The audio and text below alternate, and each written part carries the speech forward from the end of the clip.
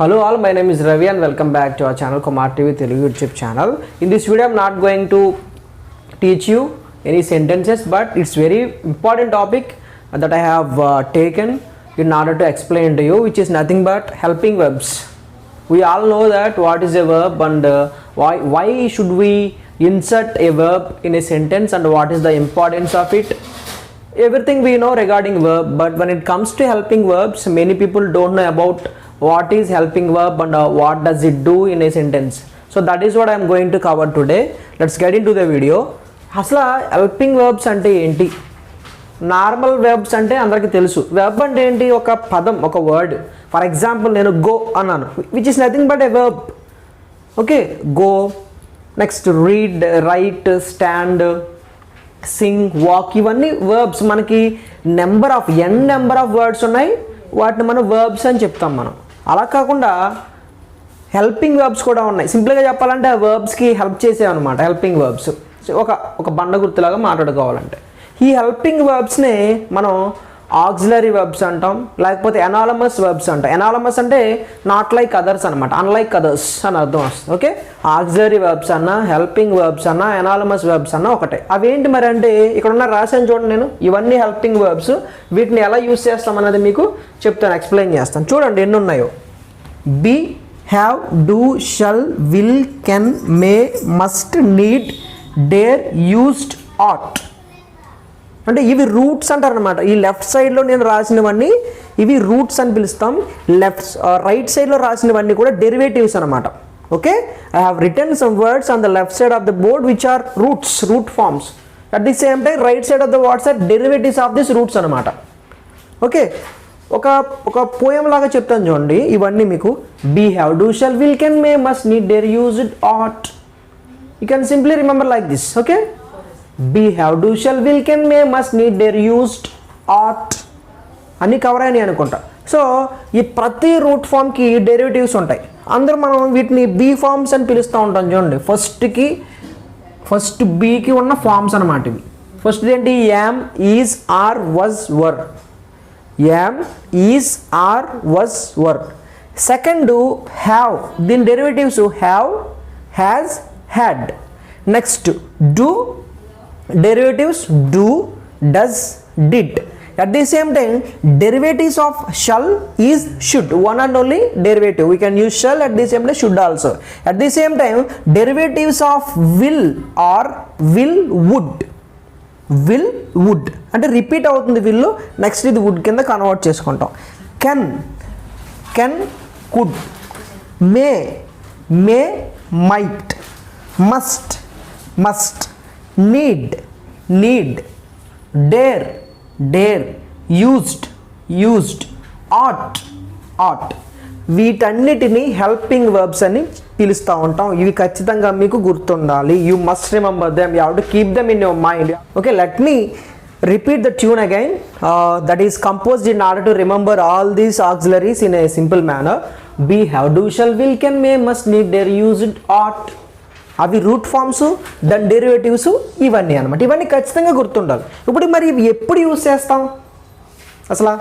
So when do we use them? So what is the point of using them? In order to express what? Okay, చూద్దాం ఒకసారి. Examples base చేసుకుని చెప్తాను. For example let me write one sentence.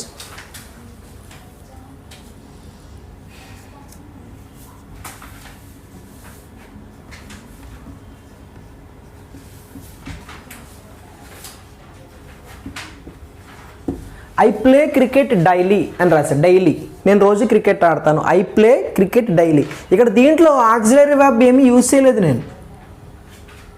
Okay, here I didn't use any kind of auxiliary verb. ఇక్కడ డైరెక్ట్గా play అనే main వెర్బ్ని use చేశాను. దీన్ని main verb అంటారు, లేకపోతే ప్రిన్సిపల్ వెర్బ్ అంటారు.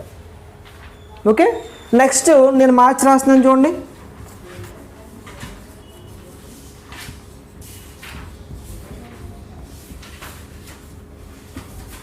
I do not play cricket daily. ఇక్కడ చూడండి, డూ అనే ఆక్సిలరీ వెర్బ్ని యూజ్ చేశాను. కొన్ని సెంటెన్సెస్లో మనం ఆక్సిలరీ వర్బ్స్ లేదా హెల్పింగ్ వర్బ్స్ వాడవలసిన అవసరం ఉండదు, కానీ కొన్ని సందర్భాల్లో ఆక్సిలరీ వర్బ్స్ని యూజ్ చేయాలి. ఓకే, మళ్ళీ చూడండి.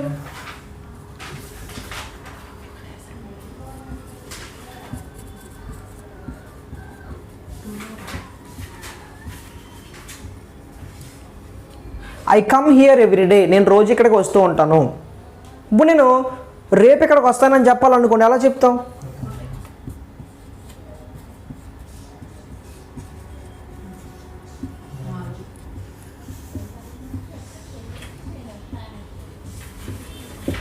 I will come here tomorrow. Here will is used, ఇక్కడ విల్ అనే ఆక్సిలరీని యూజ్ చేసాము. ఓకే, మీకు ఒక చిన్న విషయం చెప్తాను, గుర్తుపెట్టుకోండి. మనకి ఇంగ్లీష్లో చాలా వర్డ్స్ ఉన్నాయి, అవన్నీ వర్డ్స్ని గుర్తుపెట్టుకోవడం చాలా కష్టం. కానీ ఈ ఆక్సిలరీ వెర్బ్స్ని యూజ్ చేసుకుంటే మనం చాలా కాంటెక్స్ట్లో ఈజీగా ఇంగ్లీష్ మాట్లాడగలం అనమాట.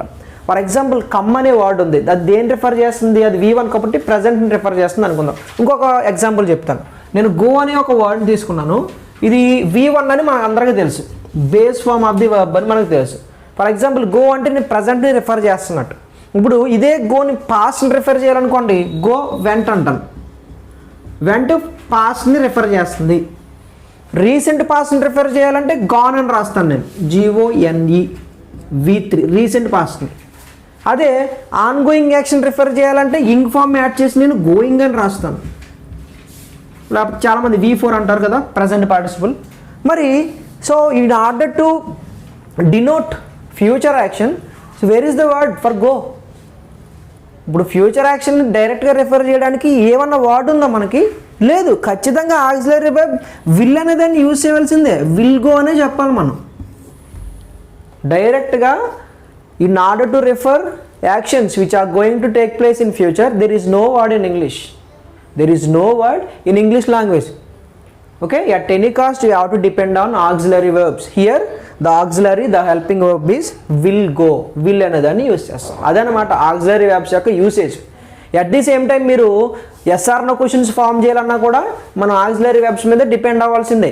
ఫర్ ఎగ్జాంపుల్ మనకి ఆక్సిలరీ వెర్బ్స్లో బీ ఫామ్స్లో ఏమున్నాయండి? మనకి యామ్ ఉంది, ఈజ్ ఉంది, ఆర్ ఉంది, వర్ ఉంది.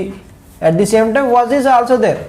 So these are the derivatives of the first root form B. First root B కదా, B కున్న B ఫార్మ్స్ ఇవన్నీ. అంటే ఇవన్నీ మనం ఏదో ఒక టెన్స్లో ఖచ్చితంగా యూజ్ చేయవలసిందే. అంటే ఇంగ్లీష్ లాంగ్వేజ్ టోటల్గా ఆక్సిలరీ వెర్బ్స్ మీద డిపెండ్ అయ్యి ఉంది. అంటే ఖచ్చితంగా we have to use auxiliaries based on the context. Okay, ఇదొక ఇంట్రడక్షన్ క్లాస్ లాగా అనుకుందాం ఆక్సిలరీ వెర్బ్స్కి. మళ్ళీ ఈ ఆక్సిలరీ వెర్బ్స్ నుండి కొన్ని మోడల్ ఆక్సిలరీ వెర్బ్స్ అంటారు. అవి మే, మైట్, కెన్, షుడ్ ఇలాంటివన్నీ అనమాట. మీకు నెక్స్ట్ క్లాస్లో ఎక్స్ప్లెయిన్ చేస్తాను. Thank you so much for watching. Don't forget to subscribe, share with your friends. Good night.